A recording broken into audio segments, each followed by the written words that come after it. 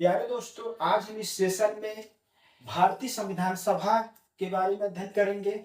भारतीय संविधान सभा के गठन, निर्वाचन, जो संविधान सभा के द्वारा बनाई गई जो समितियां थी और जो संविधान सभा का वाचन हुआ और इससे रिलेटेड जो संविधान सभा ने आरंभ में विधायिका, कार्यपालिका के रूप में भी भारत के शासन प्रशासन के लिए कार्य किया। तो सभी पर आज हम विस्तार से चर्चा करेंगे। भारतीय संविधान सभा जो है वह भारत के व्यवस्थापिका और कार्यपालिका के रूप में भी भारत के पूरे शासन को आरंभ में, जब तक हमारा पूरा संविधान बनकर तैयार नहीं हुआ और पूरी तरह से लागू नहीं हुआ, तब तक संविधान सभा ने ही भारत के शासन प्रशासन को देखा। भारतीय संविधान सभा का गठन जो है वह कैबिनेट मिशन योजना के तहत किया गया था। भारतीय संविधान सभा में हमारे संविधान निर्माताओं ने अपने आप को संगठित करके एक प्यारा संविधान, भारत का प्यारा संविधान बनाया, जो आज उस समय भी 20वीं सदी में और आज 21वीं सदी में भारत को विश्व नेतृत्व के लिए हमेशा अपने आप को अग्रसर रखने की परिकल्पना के साथ पोषित कर रहा है। आज भारतीय संविधान सभा के गठन की चर्चा करेंगे, उसके प्रोविजंस को हम देखेंगे। संविधान सभा का गठन जो है कैबिनेट मिशन योजना के प्लान के तहत किया गया था। तो प्यारे दोस्तों, हमको कैबिनेट मिशन योजना की परिप्रेक्ष्य कुछ बातें जानना है। कैबिनेट मिशन योजना को ब्रिटिश सरकार के द्वारा, ब्रिटिश साम्राज्य के द्वारा भारत में भेजा जाता है। भारत में जो है मार्च 1946 में, मार्च 1946 में कैबिनेट मिशन को भारत में भेजा जाता है। अब हम उस समय की परिस्थितियों की बात करना बहुत जरूरी हो जाता है जब कैबिनेट मिशन भारत में आया। जैसा कि हम लोग जानते हैं दोस्तों, प्रथम विश्व युद्ध के बाद की जो घटनाक्रम ने द्वितीय विश्व युद्ध का रूप दिया और सेकंड वर्ल्ड वॉर जो 1939 में शुरू हुआ वह 2 सितंबर 1945 में जाकर समाप्त होता है। सेकंड वर्ल्ड वॉर ने विश्व मानचित्र में कई प्रकार के परिवर्तन लाए। जैसे अगर हम बात करें तो द्वितीय विश्व युद्ध जब 2 सितंबर 1945 को समाप्त हुआ, तब विश्व वर्ल्ड ऑर्डर में, विश्व व्यवस्था में 2 नए सुपर पावर को देखने को मिलते हैं। एक सोवियत यूनियन और एक यूएसए, संयुक्त राज्य अमेरिका और सोवियत संघ। इसको हम अगले स्लाइड में चर्चा कर लेते हैं विस्तार से। देखिए, कैबिनेट मिशन योजना भारत में जब आया, कैबिनेट मिशन योजना भारत में आने की जो परिस्थितियों की चर्चा करना बहुत जरूरी हो जाता है। कैबिनेट मिशन योजना, कैबिनेट मिशन योजना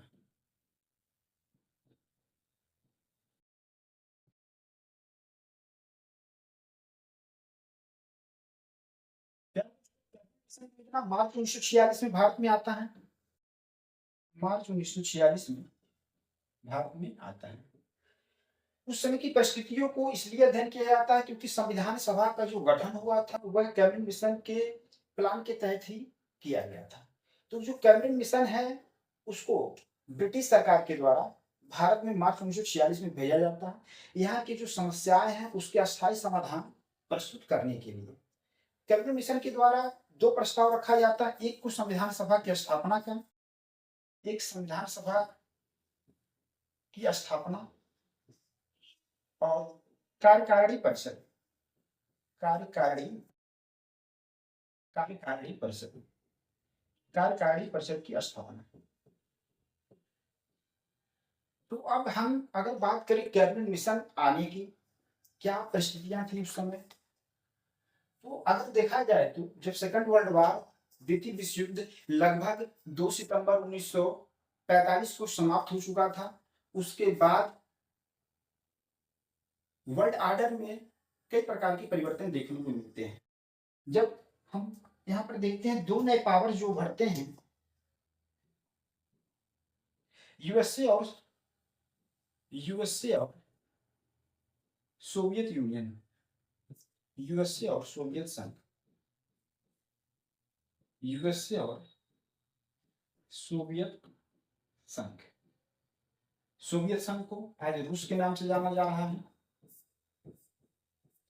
और यूएसए जो है United state America, United states America, संयुक्त राज्य अमेरिका, संयुक्त राज्य अमेरिका, संयुक्त राज्य अमेरिका,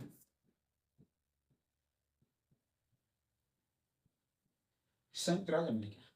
जब द्वितीय विश्व युद्ध समाप्त होता है, सेकंड वर्ल्ड वॉर 2 सितंबर 1945 को जब समाप्त होता है, तो ब्रिटेन का जो शक्तियां था पहले दशकों की तुलना में, पहले की तुलना में काफी कमजोर, कम हो जाता है, क्योंकि विश्व में, विश्व व्यवस्था में देखते हैं 2 नए सुपर पावर का उद्भव हो जाता है, एक यूनाइटेड स्टेट अमेरिका, संयुक्त राज्य अमेरिका, और सोवियत संघ और रूस। और देखते हैं विश्व जो है 2 ध्रुवों में लगभग विभाजित हो जाता है और कोल्ड वार, शीत युद्ध की संकल्पना वहां से डेवलप हो जाती है। हमको मेन फोकस करना है, कैबिनेट मिशन भारत में आता है, तो वहां पर आने का क्या कारण था?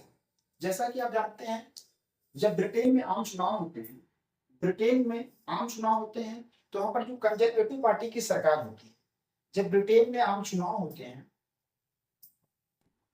जब ब्रिटेन में आम चुनाव होते हैं, ब्रिटेन में, जब ब्रिटेन में आम चुनाव होते हैं, तो वहां पर जो कंजर्वेटिव पार्टी की सरकार होती है, वो क्या होती है? हार जाती है।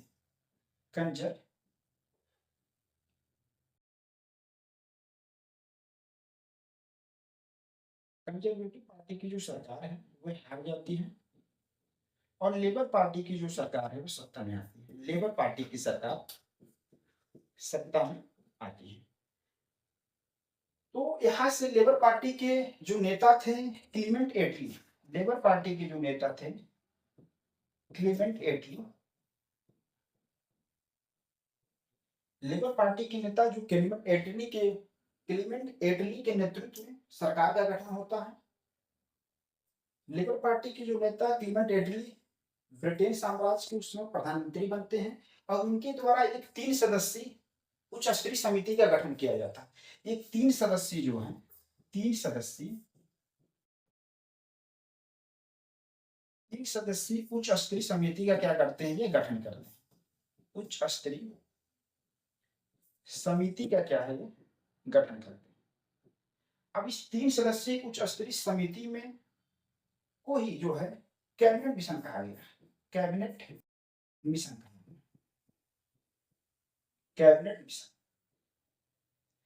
अब इसमें कैबिनेट मिशन में 3 सदस्य थे। एक हमारे थे पैथिक लॉरेंस, एक पैथिक लॉरेंस थे,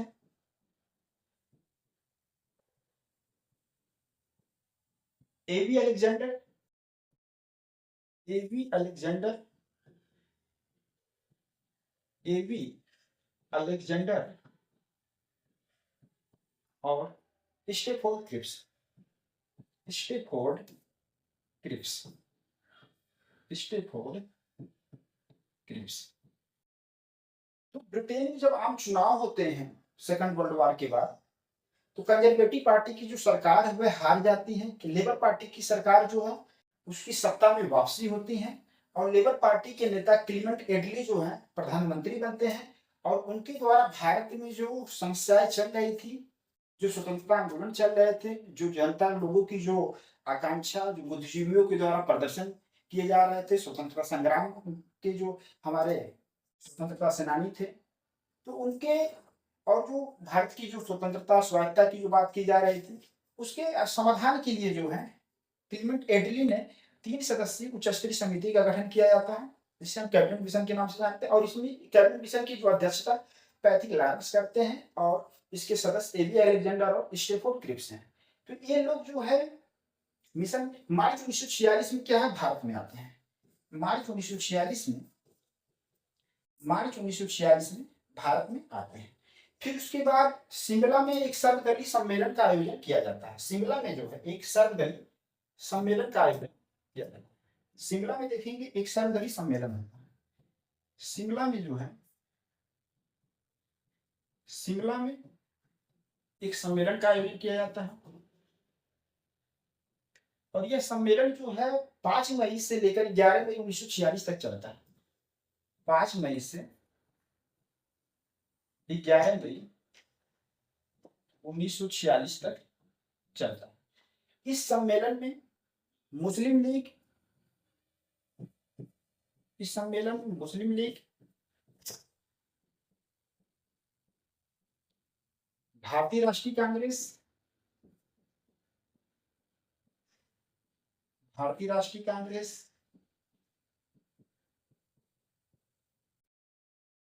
और जो अन्य दल रहते हैं,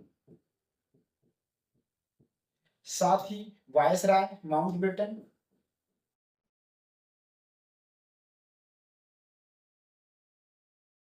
उस समय भारत के वायसराय थे, वायसराय। तो ये जो कैबिनेट मिशन आता है उनके द्वारा शिमला में एक सर्वदलीय सम्मेलन का आयोजन किया जाता है। कैबिनेट मिशन जो आता है भारत में, कैबिनेट मिशन जो भारत में आता है उनके द्वारा एक सर्वदलीय सम्मेलन का आयोजन किया जाता है शिमला में। 5 मई से 11 मई 1946 तक चलता है। इसमें जो है कोई आपसी सर्वसम्मति से कोई समाधान नहीं निकल पाता है। कैबिनेट मिशन चाहता था कि एक संविधान निर्मात्री सभा का स्थापना हो और एक कार्यकारी परिषद की स्थापना हो, तो ऐसे प्रोविजंस थे।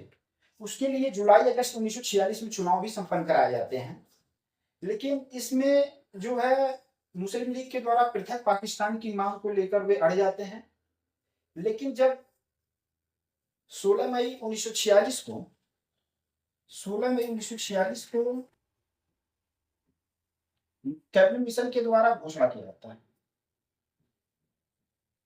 तो 16 मई 1946 को कैबिनेट मिशन के द्वारा क्या घोषणा किया? तो कैबिनेट मिशन के द्वारा घोषणा ये किया जाता है 16 मई 1946 को कि भारतीय संघ में जो है ब्रिटिश भारत के प्रांत और देशी रियासतों को सम्मिलित किया जाएगा और एक संविधान सभा का निर्माण किया जाएगा, और उसके बाद जो एक कार्यकारी परिषद की स्थापना होगी।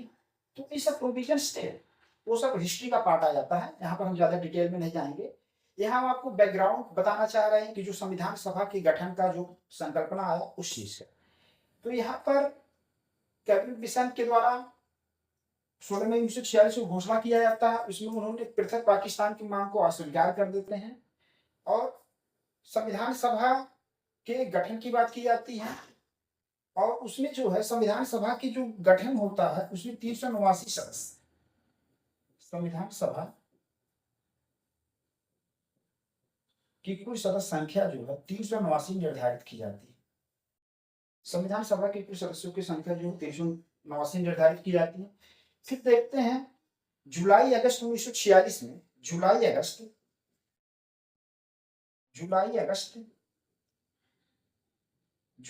1946 में चुनाव कराए जाते हैं, निर्वाचन होता है।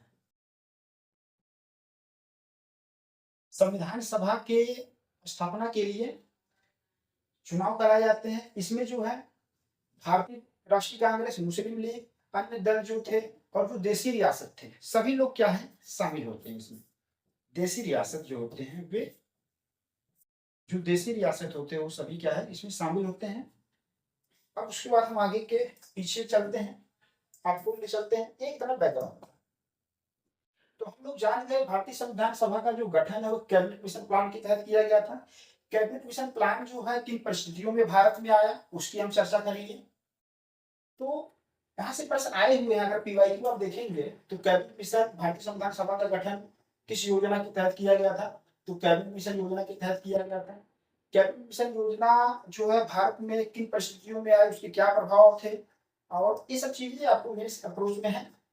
अब हम यहाँ पर बात करेंगे भारतीय संविधान सभा का गठन। तो जैसा आपने बताया कि 389 जो सीटें हैं वो निर्धारित की गई थी। 389 जो 389 सीटें थी वे क्या थे? विधानसभा के कुछ सदस्यों की संख्या थी। अब इस 389 में देखते हैं हम, इस 389 में 296 सीटें जो ब्रिटिश भारत के प्रांत थे, ब्रिटिश भारतीय प्रांत जो थे, ब्रिटिश भारत के जो प्रांत थे, और जो 93 सीटें थी वो देशी रियासत, जो 93 सीटें थी देशी रियासत, जो देशी रियासत था उनके लिए रखी गई थी। ब्रिटिश भारत के जो 296 सीटें थी उनका जो चुनाव अप्रत्यक्ष रूप से प्रांतीय विधानसभा के द्वारा किया जाना था, और 93 जो सीटें थी देशी रियासतों के लिए आरक्षित थी यहाँ पे जो देसी रियासत के प्रमुख थे उनके द्वारा मनोनीत किया जाना था। यहाँ पर ये देसी रियासत के प्रमुख द्वारा मनोनीत होते, देसी मनोनीत किया जाता, क्या किया जाता है यहाँ पर मनोनीत किया जाता, और यहाँ ब्रिटिश भारत के प्रांत से 296 सीटों का चुनाव किया जाता है। ठीक है, इस प्रकार हम देखते हैं संविधान सभा का जो गठन में आरंभ में संविधान सभा में कितने सदस्य थे? 389 सीटें निर्धारित की गई थी, और 389 में 296 ब्रिटिश भारत के प्रांत से चुनाव करा के माध्यम से आते हैं, और ये चुनाव अप्रत्यक्ष रूप से होता है। ये चुनाव जो है अप्रत्यक्ष रूप से, इसमें जनता प्रत्यक्ष रूप से क्या भाग नहीं लेती। यहाँ पर वही चीजें हमने लिखे हुए हैं। फिर 93 जो सीटें देसी रियासत के प्रमुख द्वारा मनोनीत किया जाता है, लेकिन देखा जाता है कि जब जुलाई अगस्त 1946 में, देखना जुलाई अगस्त 1946 में 296 ब्रिटिश भारत के जो प्रांत थे वहां से जो है 296 सीटों से जो है चुनाव कराने संपन्न किया जाता है। तो उसी समय जो है जो देसी रियासत के जो प्रमुख थे वे अपने आप को खुद को जो है संविधान सभा के गठन से अलग कर लेते हैं। तो ठीक है, फिर इसके बाद यहाँ पर 296 सीटों पर ही क्या है, सदस्यों को जो है इसमें भारतीय संविधान सभा में भरा जाता है। और यहाँ पर देखेंगे आपको एक चीज और यहाँ पर ध्यान रखना चाहिए। देखिए, अब ये जो ब्रिटिश भारत के प्रांत का जो चुनाव हो रहा है, मतलब ब्रिटिश भारत के प्रांत से ही लोग चुन के आएंगे, संविधान सभा में हमारे जाएंगे, और संविधान सभा के जो सदस्यों का चुनाव किस तरीके के किया जाएगा, प्रांतीय विधानसभा के सदस्यों के द्वारा जो है किया जाएगा। संविधान सभा में प्रति 10 लाख जनसंख्या पर एक प्रतिनिधि के निर्वाचन की व्यवस्था की थी। मतलब ये है कि अगर मान ली किसी प्रांत में, किसी ब्रिटिश भारत के प्रांत में अगर 50 लाख जनसंख्या है, तो वहां से संविधान सभा में कितने सदस्य जाएंगे, तो वहां से 5 सदस्य जो है संविधान सभा में चुने जाएंगे। तो ऐसा किया गया था। वही चीज है, अर्थात मतलब जो संविधान सभा में जो प्रतिनिधित्व था वह प्रत्येक प्रांत को उसकी जनसंख्या के अनुपात में संविधान सभा में प्रतिनिधि का जो प्रावधान किया गया था। चीजें ठीक है दोस्तों। फिर आते हैं हम, वही चीजें यहाँ पर हमने लिख दिया है, एक्सप्लेन कर दिया। संविधान सभा की जो कुल सदस्य संख्या कितनी थी, 389 थी। ब्रिटिश भारत के लिए 296 प्रांतीय असेंबली से आने थे, जो प्रांतीय असेंबली के जो सदस्य थे उनके द्वारा चुना जाना था, एकल संक्रमणी मत समानुपातिक प्रतिनिधित्व प्रणाली के द्वारा। फिर जो देसी रियासत से कितने सीटें थी, 93 सीटें, 389 कुल सीटें थी संविधान सभा की, उसमें 296 सीटें ब्रिटिश भारत के जो प्रांत थे वहां से आने थे, और देसी रियासत से 93 सीटें चुनी जानी थी। वहां पर चुना क्या जाना था, यहाँ रियासत के जो प्रमुख थे उनके द्वारा मनोनीत किया जाता है, लेकिन वे संविधान सभा के से खुद को क्या करते हैं, अलग कर लेते हैं। इसीलिए 296 सीटों पर ही क्या है, संविधान सभा के गठन के प्रक्रिया को आगे बढ़ाया जाता है। अब यहाँ पर प्रांतीय असेंबली जो है, जो प्रांतीय विधानसभा के जो मेंबर थे उनके द्वारा अपने क्षेत्र से जो है सदस्यों को जो है एकल संक्रमणी मत समानुपातिक प्रतिनिधि प्रणाली के माध्यम से चुनकर जो है संविधान सभा में भेजा जाता है, संविधान सभा में जो है भेजा जाता है। ठीक है, 296 सीटों को जब जुलाई अगस्त 1946 में इलेक्शन होता है, जब जुलाई अगस्त 1946 में जब इलेक्शन होता है, ठीक है, तो 296 सीटों पर इलेक्शन होता है, उसमें से भारतीय राष्ट्रीय कांग्रेस को कितनी सीटें जीतती हैं, 208 सीटें भारतीय राष्ट्रीय कांग्रेस जीतती है। मुस्लिम लीग को 73 सीटें मिलता है, और अन्य जो दल होते हैं, जो स्वतंत्र सदस्य होते हैं, चुनाव लड़े रहते हैं, उनको जो है 15 सीटें क्या है टोटल मिलती है। इस प्रकार देखा जाए, जब जुलाई अगस्त 1946 में संविधान सभा के गठन के लिए चुनाव होता है, तो उसमें भारतीय राष्ट्रीय कांग्रेस को सबसे ज्यादा सीटें प्राप्त होती है। ठीक है, तो एक आपको इतना बेसिक अंडरस्टैंडिंग होना चाहिए। उसके बाद हम आते हैं, जब संविधान सभा जो है चुन लिया जाता है, उसके बाद एक चीज देखते हैं, जो 12 अगस्त 1946 को, 12 अगस्त 1946 यहीं पर लिख देते हैं आपको, 12 अगस्त 1946, 12 अगस्त 1946 को, 12 अगस्त 1946 अंतरिम सरकार का गठन होता है। अंतरिम सरकार का 12 अगस्त 1946 को अंतरिम सरकार का गठन होता है। तो वायसराय माउंटबेटन के द्वारा 12 अगस्त 1946 को अंतरिम सरकार के गठन के लिए पंडित जवाहरलाल नेहरू को आमंत्रित करते हैं। इस अंतरिम सरकार के गठन में 14 सदस्य होते हैं, 14 मेंबर्स होते हैं और ये जो 14 सदस्य थे वह भारतीय राष्ट्रीय कांग्रेस से, मुस्लिम लीग से और अन्य दल से आने थे। कहने का तात्पर्य है कि जब जुलाई अगस्त 1946 में रिजल्ट आया संविधान सभा के चुनाव का, तब वहां पर वायसराय माउंटबेटन के द्वारा 12 अगस्त 1946 को अंतरिम सरकार के गठन के लिए पंडित जवाहरलाल नेहरू को क्या है आमंत्रित किया जाता है। और इस सरकार में 14 सदस्य थे, जिसमें भारतीय राष्ट्रीय कांग्रेस और मुस्लिम लीग और अन्य दल से मिलकर कुल 14 सदस्यों का। तो ये आपको चीजें हिस्ट्री में विशेष तौर पर है, लेकिन यहाँ पर थोड़ा सा आपको अंडरस्टैंडिंग के लिए जानना जरूरी था। फिर हम देखते हैं संविधान सभा का जो है गठन हो जाता है कैबिनेट मिशन प्लान के तहत। फिर उसको देखते हैं संविधान सभा की पहली बैठक आयोजित की जाती है। संविधान सभा की क्या है पहली बैठक आयोजित की जाती है। तो संविधान सभा की जो पहली बैठक आयोजित की जाती है कहाँ पर की जाती है 9 दिसंबर 1946, 9 दिसंबर 1946 को कहाँ पर किया जाता है नई दिल्ली में। पहली बैठक जो है नई दिल्ली में आयोजित की जाती है, नई दिल्ली।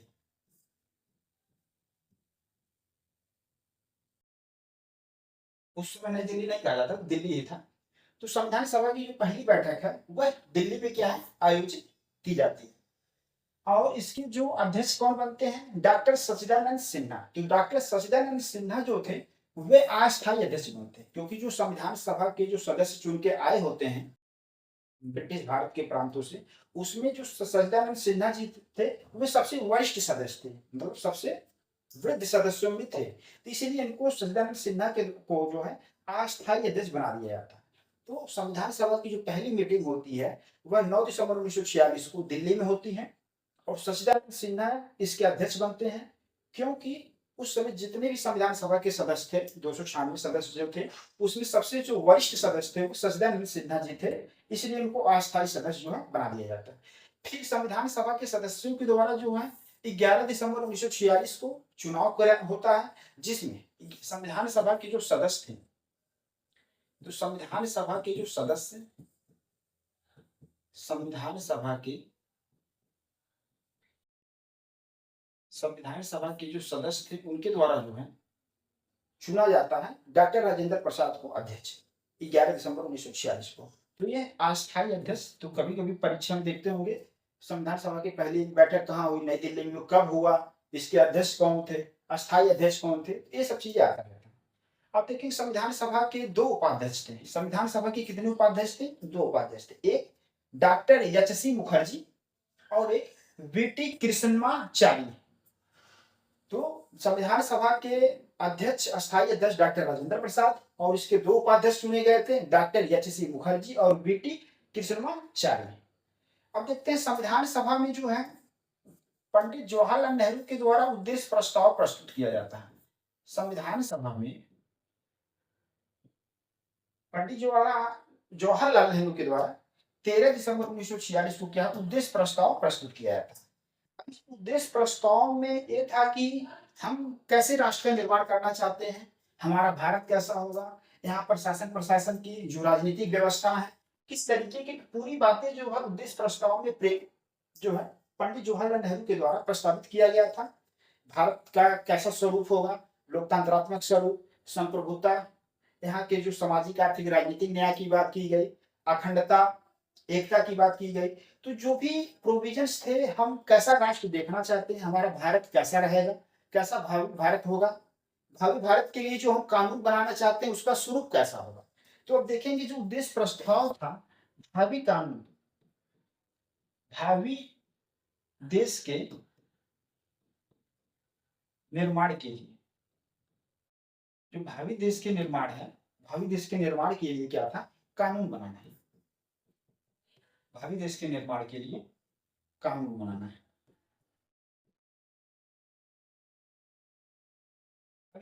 हमारा राष्ट्र कैसा होगा, भारत कैसा होगा। तो भारत जो है, भारत के शासन प्रशासन, यहाँ की जो राजनीतिक व्यवस्था है, कानून व्यवस्था, लॉ एंड ऑर्डर की बात करें, पॉलिटिकल सिस्टम कैसे चलेगा, डेमोक्रेसी, रिपब्लिक, तो लोकतांत्रिक जो स्वरूप है, लोकतांत्रिक लोकतांत्रिक गणराज्य, संप्रभुता, संप्रभुता। तो जब पंडित जवाहरलाल नेहरू के द्वारा 13 दिसंबर 1946 को उद्देश्य प्रस्ताव लाया गया था, इसमें भावी राष्ट्र के निर्माण की एक कानूनी योजना प्रस्तुत किया जाता है, जिसमें भारत के जो लोकतांत्रिक गणराज्य के स्वरूप, उसकी संप्रभुता, एकता, अखंडता, सामाजिक, आर्थिक, राजनीतिक न्याय, जो स्वतंत्रता की बात है, विचार, अभिव्यक्ति, विश्वास, धर्म की स्वतंत्रता, भारत जो है विश्व का नेतृत्व कर सके, भारत जो है यहाँ के लोगों की आकांक्षा, सपनों को, उनकी अभिलाषाओं को पूरा कर सके। तो ये सब प्रस्ताव उद्देश्य प्रस्ताव में लाया गया और उद्देश्य प्रस्ताव में ये सब प्रोविजंस किए गए थे। फिर उसके जो है संविधान सभा के द्वारा इसको जो है चर्चा चर्चा विचार विमर्श करने के बाद 22 जनवरी 1947 को संविधान सभा द्वारा क्या इसको स्वीकार कर लिया जाता है। संविधान सभा के द्वारा क्या है, संविधान सभा के द्वारा स्वीकार कर लिया जाता है सर्वसम्मति से। जो है सर्वसम्मति से क्या इसकी स्वीकृति होती है, सर्वसम्मति से, सर्वसम्मति से क्या इसको स्वीकार कर लिया जाता है। तो अब यहाँ पर आपको ये भी प्रश्न आया हुआ है, पीवाईक्यू आप देखेंगे तो यहाँ से क्वेश्चन आपको मिलेंगे, पीछे स्लाइड से भी क्वेश्चन आपको मिलेंगे।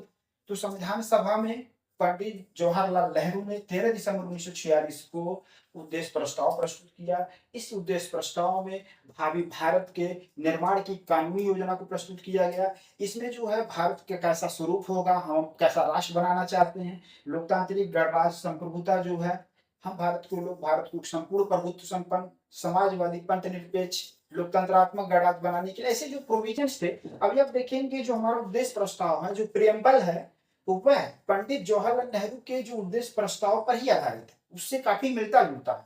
हालांकि उसमें कुछ शब्दावली जो है बाद में 42वें संविधान संशोधन 1976 के द्वारा जोड़ा जाता है, तो वो चीजें हम बाद में बात करेंगे। तो ये है कि हमारा जो प्रियम्बल है, जो हमारे देश का है, वह पंडित जवाहरलाल नेहरू के जो उद्देश्य प्रस्ताव पर आधारित है। इस उद्देश्य प्रस्ताव में संविधान को लिखने के लिए, संविधान को बनाने के लिए एक दायरा तय किया गया और हमारे संविधान सभा के सदस्यों में जो है, हमारे संविधान सभा के सदस्यों ने जब संविधान निर्माण कर रहे थे, संविधान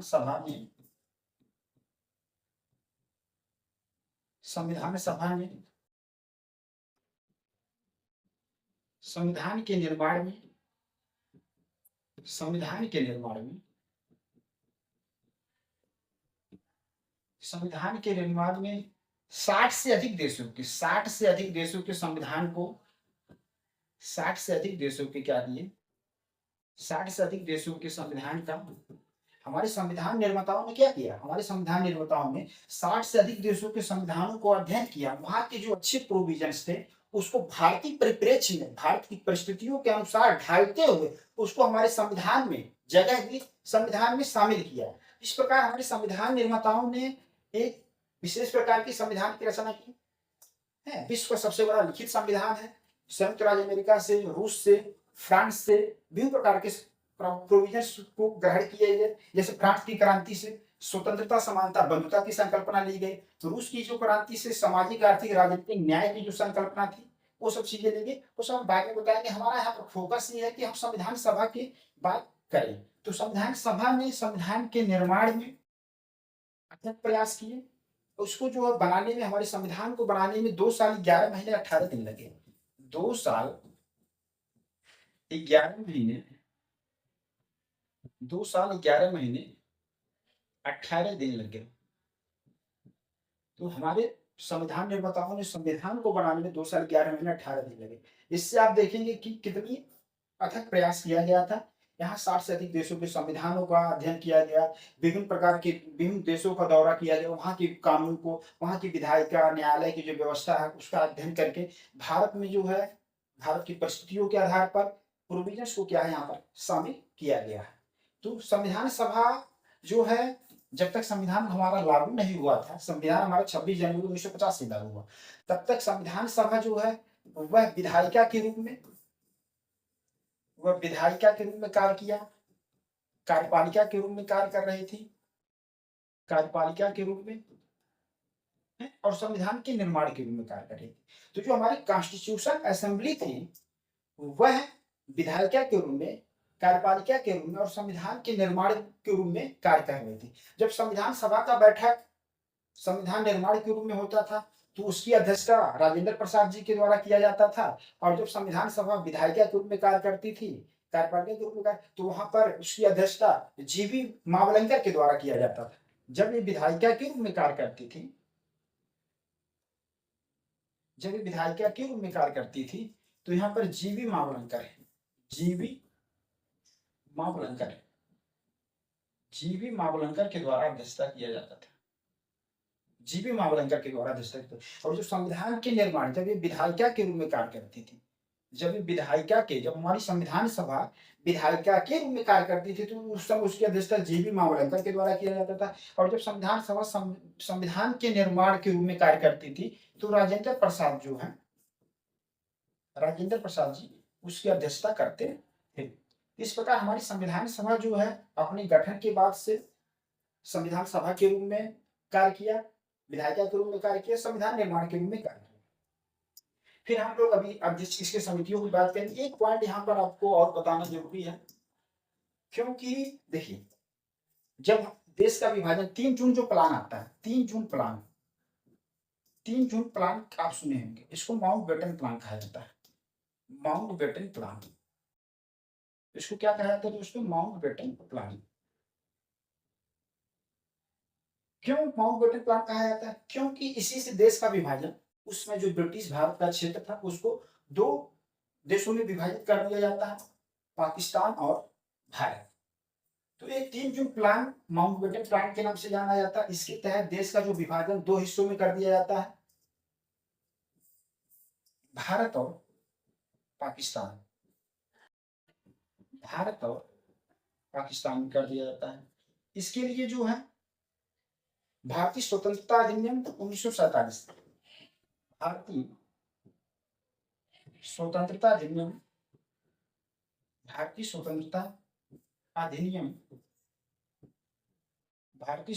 अधिनियम 1947, भारतीय स्वतंत्रता अधिनियम 1947 ब्रिटिश पार्लियामेंट में 4 जुलाई 1947 को पेश किया जाता है। कब पेश किया जाता है? 4 जुलाई को, 4 जुलाई 1947 को पेश किया जाता है।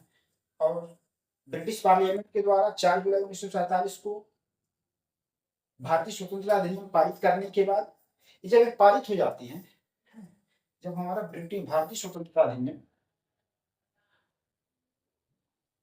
जब भारतीय स्वतंत्रता अधिनियम 1947 4 जुलाई 1947 को कहा ब्रिटिश पार्लियामेंट में लाया जाता है। और जब ब्रिटिश पार्लियामेंट में आता है, ब्रिटिश संसद में आता है, यहाँ पर पारित होने के बाद यह 18 जुलाई को राजशाही की स्वीकृति, ब्रिटिश राष्ट्र प्रमुख की भी स्वीकृति मिल जाती है। 18 जुलाई 1947 को, 18 जुलाई 1947 को ब्रिटिश राष्ट्र प्रमुख की स्वीकृति मिल जाती है। जो ब्रिटिश राष्ट्र प्रमुख थे, ब्रिटिश राष्ट्र प्रमुख की स्वीकृति मिल जाती है। ब्रिटिश राष्ट्र प्रमुख की क्या है? स्वीकृति मिल जाती है, उस स्वीकृति मिल जाती है। और कब लागू हुआ? 14-15 अगस्त 1947 से 14-15 अगस्त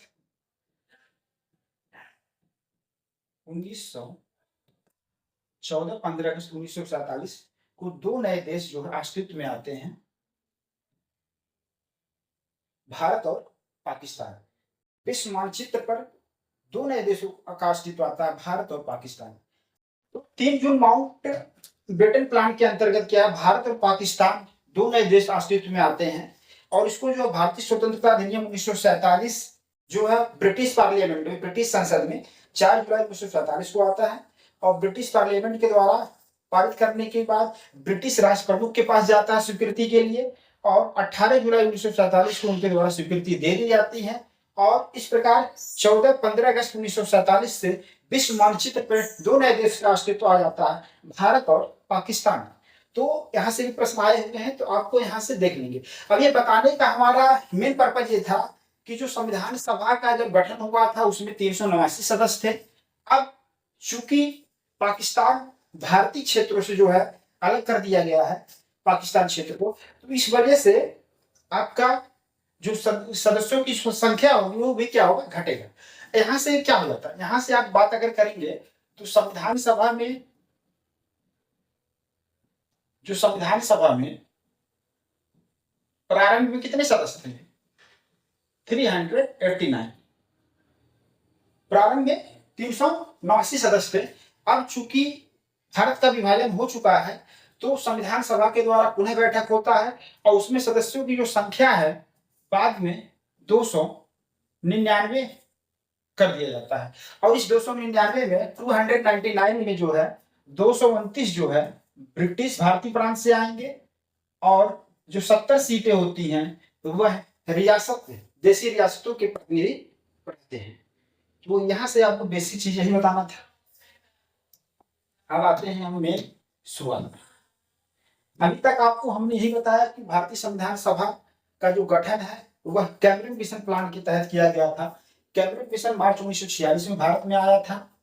तो कैबिनेट मिशन के तहत संविधान सभा में 389 सदस्यों की संख्या निर्धारित की गई थी। और जब भारतीय क्षेत्र का विभाजन हो जाता है भारत स्वतंत्रता अधिनियम 1947 के माध्यम से, तब फिर पुनः भारतीय संविधान सभा का बैठती है और जो सदस्यों की संख्या कितनी हो जाती है, सदस्यों की संख्या जो है 299 हो जाती है।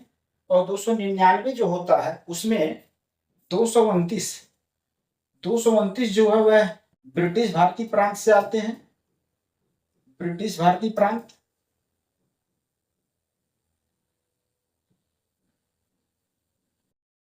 और 70 जो सदस्य वह देशी रियासत से आते हैं, देशी रियासत से आते हैं।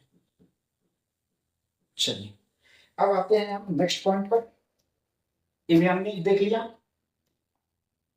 सब चीज समझ गए होंगे आप लोग। फिर उसके बाद वही चीज यहाँ पर बात किया गया, ये भी आपने समझ लिया।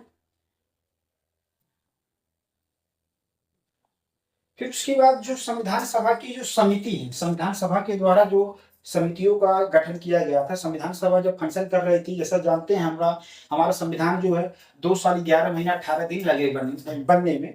तो संविधान सभा के द्वारा विभिन्न प्रकार की समितियां गठित की गई थी, जिससे कि संविधान का निर्माण की जो सभी पॉइंट है, सभी जो प्रोविजंस हैं, उनको सही ढंग से जो शामिल कर लिया गया, उस पर डिस्कस कर लिया है। उसी के अंतर्गत देखते हैं नियम समिति, संचालन समिति, संविधान सभा की जो नियम समिति, अब यहां से जोड़ सकते हैं संविधान सभा की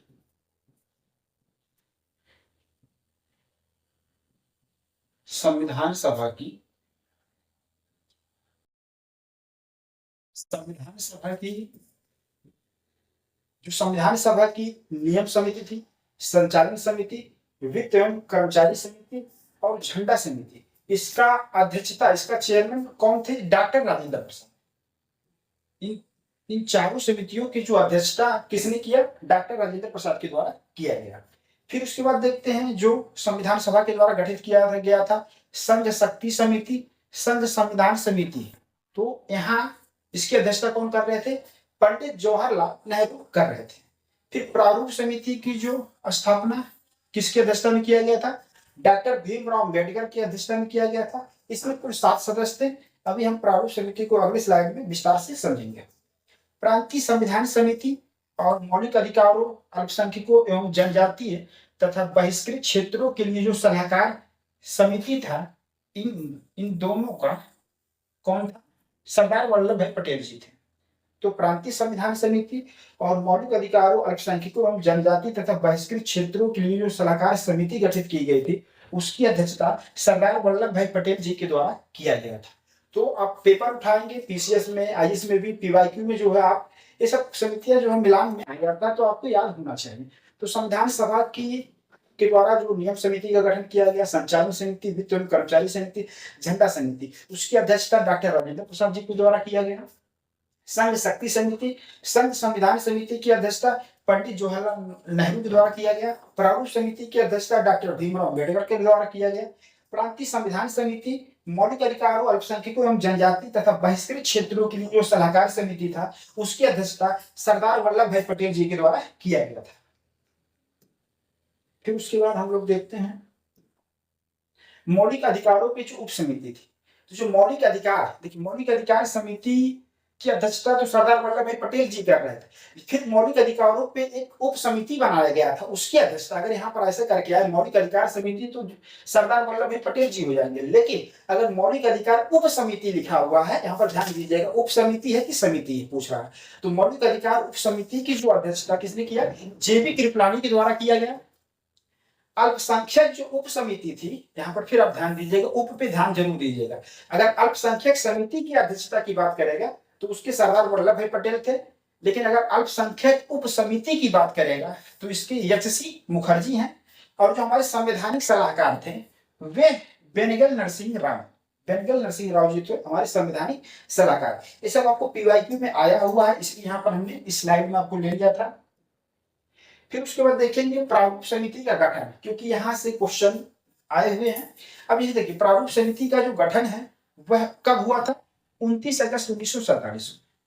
तो प्रारूप समिति का जो गठन है 29 अगस्त 1947 को हुआ। प्रारूप समिति का गठन 29 अगस्त 1947 को हुआ। किसकी अध्यक्षता में, भीमराव अंबेडकर की अध्यक्षता में। भीमराव अंबेडकर, भीमराव अंबेडकर। तो भीमराव अंबेडकर जी की अध्यक्षता में प्रारूप समिति का गठन किया गया। इसमें भीमराव अंबेडकर जी के अलावा 6 और सदस्य थे, उनका भी नाम आपको मालूम होना चाहिए। एक थे N Gopal Swami Ayyangar, N Gopal Swami Ayyangar, N Gopal Swami Ayyangar, N Gopal Swami Ayyangar, N Gopal Swami Ayyangar, Alladi Krishna Swami Iyer, Alladi Krishna Swami Iyer, Alladi Krishna Swami Iyer, Alladi Krishna Swami Iyer, Kanhaiyalal Maniklal Munshi, Kanhaiyalal Maniklal Munshi,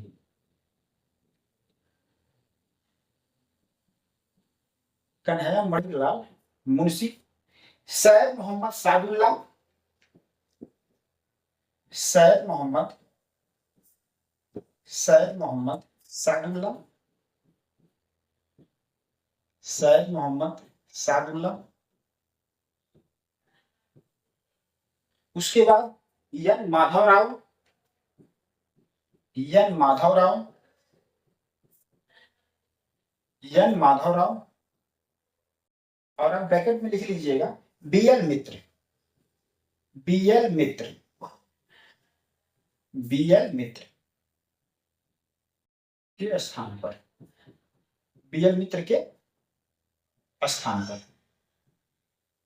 चूंकि प्रारूप समिति का जब गठन हुआ था तो बीएल मित्र को ही शामिल किया गया था, लेकिन बीएल मित्र की मृत्यु हो जाती है तो उनके स्थान पे एन माधवराव को शामिल कर लिया जाता है। ऐसे VT Krishnamachari, VT Krishnamachari, VT Krishnamachari. तो जो वीटी कृष्णमाचारी जी थे वे DP Khaitan, DP Khaitan, DP Khaitan के स्थान पर आए थे, डीपी खेतान के स्थान पर, डीपी खेतान के स्थान पर। क्योंकि देखिए जब प्रारूप समिति का गठन हुआ तो उसमें उसी बीच के दौरान में 2 सदस्य बीएल मित्र का मृत्यु हो जाता है तो उनके स्थान पर नए सदस्य एन माधवराव की नियुक्ति की जाती है।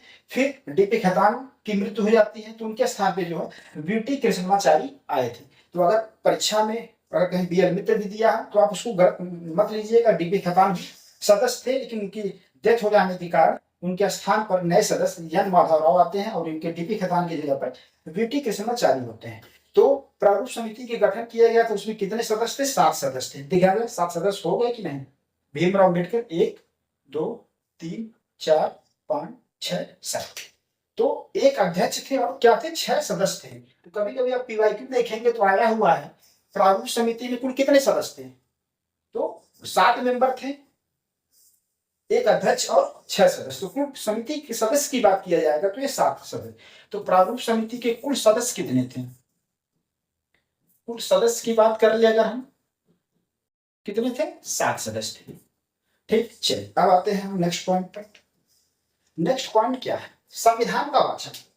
जब हमारे संविधान सभा के सभी संविधान निर्माताओं ने अपने आप को संगठित करके संविधान का निर्माण कर लिया गया, तो संविधान का वाचन, संविधान वाचन मतलब होता है संविधान को पढ़ना है। वाचन का मतलब क्या है? पढ़ना किस चीज को।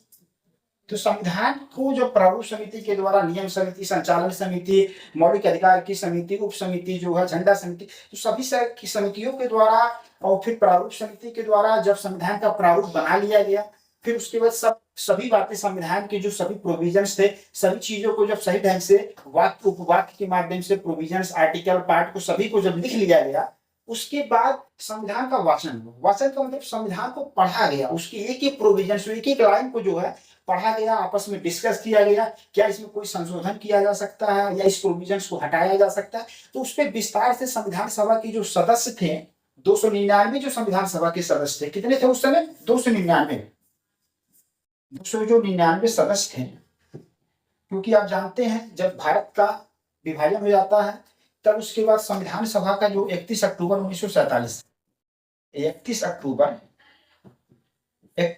1947 को संविधान सभा की बैठक पुनः बुलाई जाती है। उसमें 299 सदस्य संविधान सभा के रहते हैं। कितने रहते हैं संविधान सभा के? संविधान सभा में कितने सदस्य रहते हैं? 299 सदस्य रहते हैं। क्योंकि भारत का विभाजन जो है 14-15 अगस्त 1947 को पाकिस्तान और भारत दो नए देश के रूप में हो जाता है। उसके बाद 31 अक्टूबर 1947 को संविधान सभा की बैठक पुनः बुलाई जाती है। उसमें संविधान सभा के सदस्यों की संख्या जो 299 रहती है। 299 में 229 जो है जो ब्रिटिश भारतीय प्रांत से आते हैं, और जो 70 थे वह देसी रियासत से आते हैं। और फिर 31 अक्टूबर 1947 को ये मतलब हो जाता है। तो उसके बाद सब चीजें संविधान बनके तैयार हो जाता है। फिर आप देखते हैं, इसको आप साइलेंट कर लीजिए, अनफीलिंग करिएगा। चलिए, तो संविधान का वाचन मतलब संविधान को पढ़ना, और संविधान बनकर लिखकर तैयार हो गया है। उसके हर एक प्रोविजन, हर एक बातों पे क्या है विस्तार से चर्चा किया जाएगा। अब यहाँ पर देखिए, प्रथम वाचन, संविधान को पहली बार कब पढ़ा गया, ऐसा भी प्रश्न आ सकता है। तो संविधान को पहली बार जो है 4 नवंबर 1948 से 9 नवंबर 1948 तक संविधान सभा के द्वारा जो है पढ़ा गया। जो संविधान सभा के जो सदस्य थे, संविधान सभा में क्या है पढ़ा गया, संविधान सभा में पढ़ा गया। ठीक है, तो 4 नवंबर से 1948 से लेकर 9 नवंबर 1948 तक 4 नवंबर 1948 से 9 नवंबर 1948 तक। फिर जो द्वितीय वाचन, फिर उसमें जो भी कुछ प्रोविजंस थे, संशोधन करना जो भी था, फिर संविधान को मॉडिफाई किया गया। फिर उसके बाद दूसरी बात, जो संविधान को कब पढ़ा गया, 15 नवंबर 1948 से लेकर 17 अक्टूबर 1948 तक चर्चा परिचर्चा चलती रही, पूरा डिस्कस होता रहा। फिर अंतिम रूप से देखते हैं तृतीय वाचन, तीसरी बार फिर संविधान को पढ़ा गया व्यवस्थित रूप से 14 नवंबर 1949 से 26 नवंबर 1949 तक। तो अब देखिए प्यारे दोस्तों, 26 नवंबर 1949 को लास्ट बार, तीसरी बार पढ़ा गया था। उसके बाद जब संविधान सभा के द्वारा क्या किया गया, संविधान सभा के द्वारा इसको जो है संविधान सभा के द्वारा 26 नवंबर 1949 ईस्वी को 26 नवंबर 1949 ईस्वी को संविधान सभा के द्वारा हमारे संविधान को अंगीकृत, अधिनियमित और आत्मर्पित कर लिया गया। क्या कर लिया गया? अंगीकृत, अधिनियमित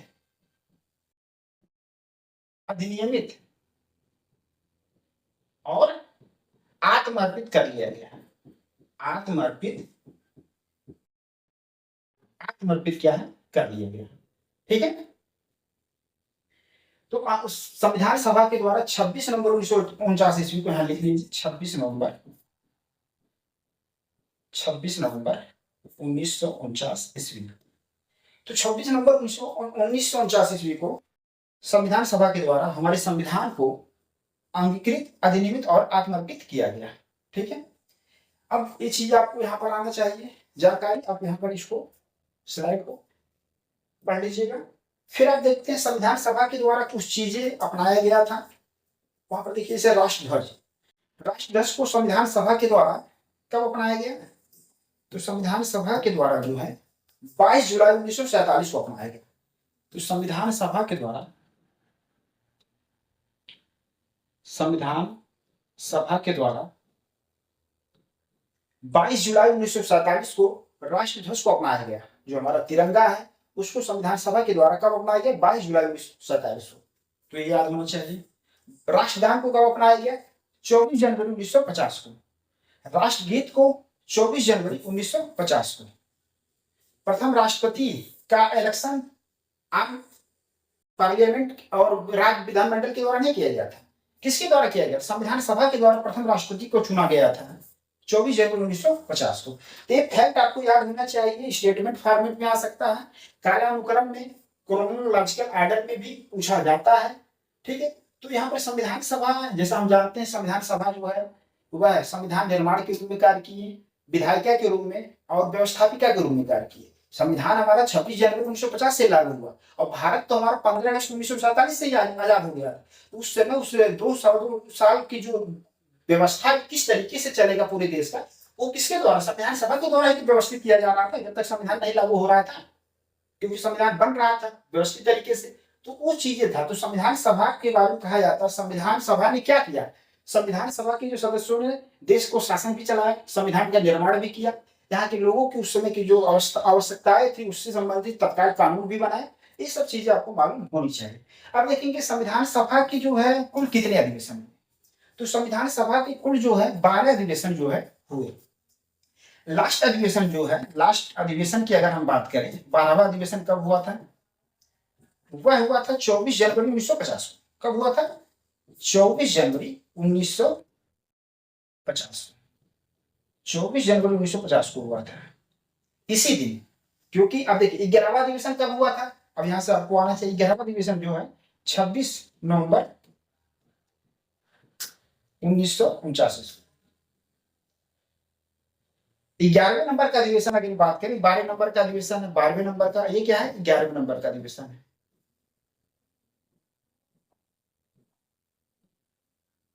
अगर हम 11वें नंबर के अधिवेशन की बात करें तो 26 नवंबर 1949 ईस्वी को होगा। यह वही दिन है जब हमारे संविधान सभा ने हमारे संविधान को क्या किया? अंगीकृत किया, अधिनियमित किया और आत्मर्पित किया। फिर उसके बाद 12वां जो अधिवेशन, लास्ट अधिवेशन जो हुआ, उसमें संविधान सभा के सदस्यों के द्वारा जो संविधान की जो मूल मौलिक जो दस्तावेज, जो मूल किताब है, उस पर सभी संविधान के सभा के सदस्यों के द्वारा क्या किया? सिग्नेचर किया गया। ठीक है, तो 24 जनवरी 1950 को हस्ताक्षर जो है, हस्ताक्षर संविधान सभा के जो 299 सदस्य थे उसमें से कुछ लोग नहीं आ पाए थे, लेकिन जो आए थे उसमें से मैक्सिमम लोगों ने, मतलब 200 से अधिक लोगों ने क्या है उस पे क्या हुआ है, संविधान पे क्या हमारे हस्ताक्षर किए। तो ये लास्ट अधिवेशन संविधान सभा का यही हुआ था, 24 जनवरी 1950 को हुआ था।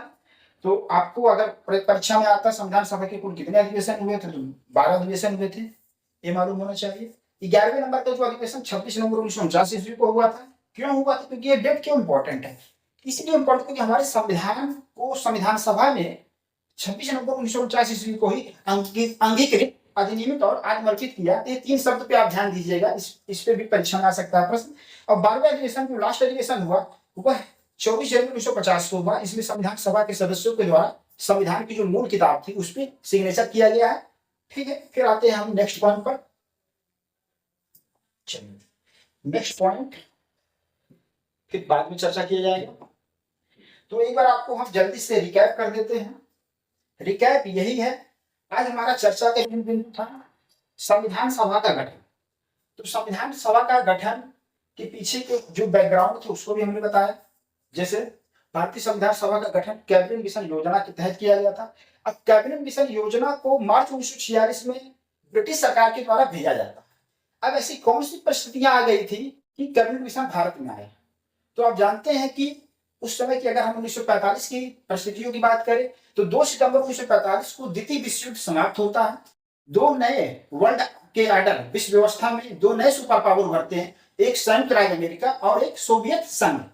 उसके बाद जो ब्रिटेन की शक्ति काफी कमजोर हो चुकी होती है, चूंकि जो औपनिवेशिक देश थे वहां पे जनता के द्वारा जो स्वतंत्रता सेनानी थे स्वतंत्रता की मांग पहले से कर रहे थे, वहां के लोगों के द्वारा आंदोलन किए जा रहे थे और स्वतंत्र करने की मांग की जा रही थी। और यहाँ के भारत के जो राजनीतिक और जो बुद्धिजीवी थे उन्होंने जो है स्वतंत्रता के लिए और स्वतंत्रता सेनानियों ने महत्वपूर्ण भूमिका निभाया।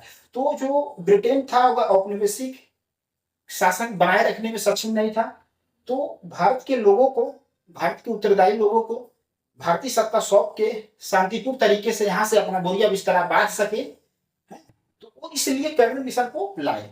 और ये था कि उसमें एक संविधान सभा बनाया जाएगा जिसमें सभी जो दल के सदस्य हैं उस देश में, उसको जो है जैसे भारत में जो सभी दल हैं, जैसे मुस्लिम लीग थे, कांग्रेस, उसके बाद और जो अन्य दल थे, उनके द्वारा संविधान सभा का गठन किया जाएगा और जो है फिर उसके बाद उत्तरदायी लोगों को जो है सत्ता सौंपी जाएगी। लेकिन देखते हैं जो 3 जून 1947 का जो माउंटबेटन प्लान के तहत भारत का विभाजन हो जाता है, क्योंकि मुस्लिम लीग के द्वारा पृथक पाकिस्तान की मांग पे वो अड़े रहते हैं, जिससे देश में जो है सांप्रदायिक हिंसा और कई प्रकार की हिंसात्मक गतिविधियां होती हैं।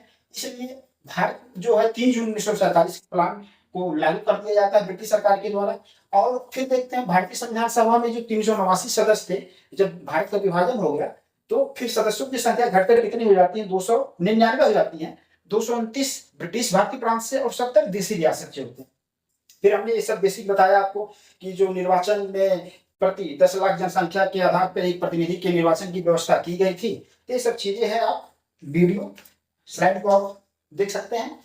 फिर वही चीज हमने बताया, कैबिनेट मिशन आया मार्च 1946 में, संविधान सभा कार्यकारी परिषद के वायसराय के द्वारा प्रस्तावित किया गया था। फिर यूएस से सोवियत संघ की जो सेकंड वर्ल्ड वॉर के बाद दो जो पावर उभरे थे, ब्रिटेन जो है उस समय बहुत ज्यादा कमजोर हो गया था, औपनिवेशिक देशों को वह बनाए रखने में सक्षम नहीं था और इसलिए उत्तरदायी लोगों में जो है सत्ता हस्तांतरित करके एक सम्मानपूर्ण तरीके से उपनिवेशिक देशों से क्या है बाहर निकलना चाह रहा था। फिर उसके बाद आप देखेंगे वही पीवाईपी में आए हुए हिस्ट्री से रिलेटेड है, लेकिन आप यहाँ भी याद करेंगे तो और बढ़िया। ब्रिटेन में आम चुनाव होते हैं, लेबर पार्टी की सरकार जो सत्ता में आती है, कंजर्वेटिव पार्टी हार जाता है, क्लीमेंट एटली के नेतृत्व में प्रधानमंत्री बनते हैं, क्लीमेंट एटली प्रधानमंत्री बनते हैं और 3 सदस्यीय कमेटी का गठन करके भारत में भेजते हैं। यूएन के सदस्य Patrick Lawrence, AB Alexander, Stafford Cliffs. उसके बाद आप बात करेंगे शिमला, जब कैबिनेट मिशन भारत में आता है, कब आता है भारत में, मार्च 1946 में जो कैबिनेट मिशन जो भारत में आ जाता है। और उसके बाद इसके द्वारा शिमला सम्मेलन आयोजित किया जाता है 5 मई 11 मई 5 मई से लेकर 11 मई 1946 तक। शिमला सम्मेलन में जो सभी दल के लोग शामिल होते हैं, हालांकि इसमें कोई सर्वसम्मति से कोई समाधान नहीं निकल पाता है। 16 मई 1946 को कैबिनेट मिशन के द्वारा घोषणा किया जाता है कि भारत में एक संघ बनेगा, पृथक पाकिस्तान की मांग को अस्वीकार कर दिया जाता है, जिससे देखते हैं 16 अगस्त 1946 को 16 अगस्त 1946 को मुस्लिम लीग के द्वारा पूरे भारत में प्रत्यक्ष कार्रवाई दिवस मनाया जाता है। प्रत्यक्ष कार्रवाई दिवस, प्रत्यक्ष कार्रवाई दिवस, प्रत्यक्ष कार्रवाई दिवस। और ये प्रत्यक्ष कार्रवाई दिवस क्या, पूरे देश में सांप्रदायिक हिंसा होती है और हिंसात्मक गतिविधियां बहुत ज्यादा बढ़ जाती हैं। अंततः देखते हैं माउंटबेटन प्लान आता है, 3 जून को माउंटबेटन प्लान लाना पड़ता है। अंततः क्या है, 3 जून का प्लान है, इसको 3 जून प्लान बोला जाता है। 3 जून प्लान, 3 जून 1947 माउंटबेटन प्लान।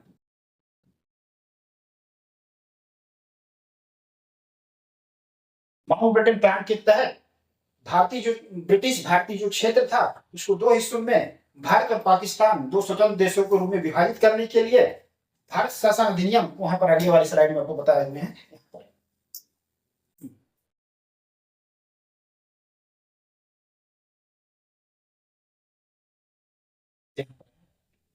नहीं कर रहे हैं, देखिए वही चीज है। 3 जून माउंटबेटन प्लान आता है। फिर भारत और पाकिस्तान दो नए देश अस्तित्व में आते हैं जब ये ब्रिटिश पार्लियामेंट में भारतीय स्वतंत्रता अधिनियम 1947 लाया जाता है। 4 जुलाई 1947 को ब्रिटिश संसद में आता है, कानून बन के 18 जुलाई 1947 को जो ब्रिटिश राज प्रमुख के द्वारा इस पर स्वीकृति दे दी जाती है। और जब स्वीकृति दे दी जाती है उसके बाद 14-15 अगस्त 1947 से विश्व मानचित्र पर 2 नए देश का उद्भव हो जाता है, भारत और पाकिस्तान।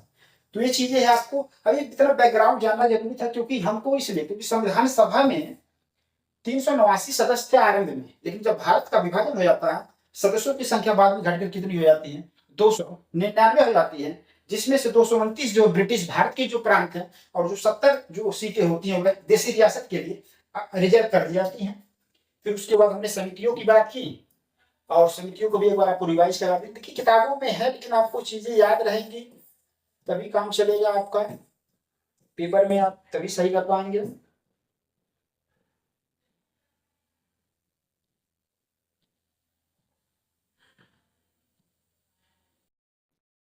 अब यहाँ पर भी आप देख सकते हैं संविधान सभा की पहली बैठक कब हुई। तो ये सब जो है आप पीवाईक्यू आया हुआ, आप इसका स्क्रीन शॉट ले सकते हैं और इसको बार बार रिवाइज करेंगे, आ जाएगा। ठीक है दोस्तों, आप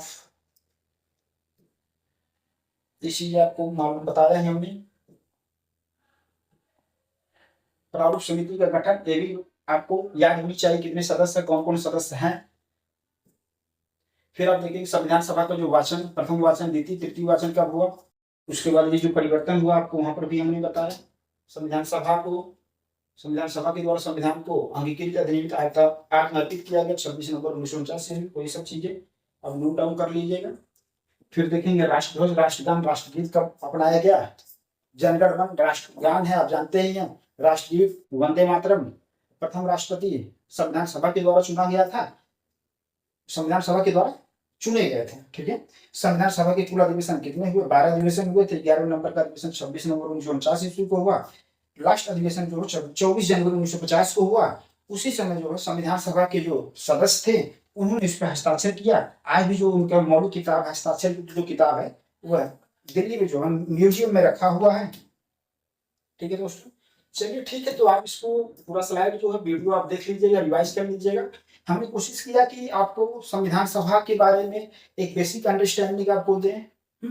फिर हम मिलते हैं नेक्स्ट वीडियो में। ठीक है दोस्तों, धन्यवाद।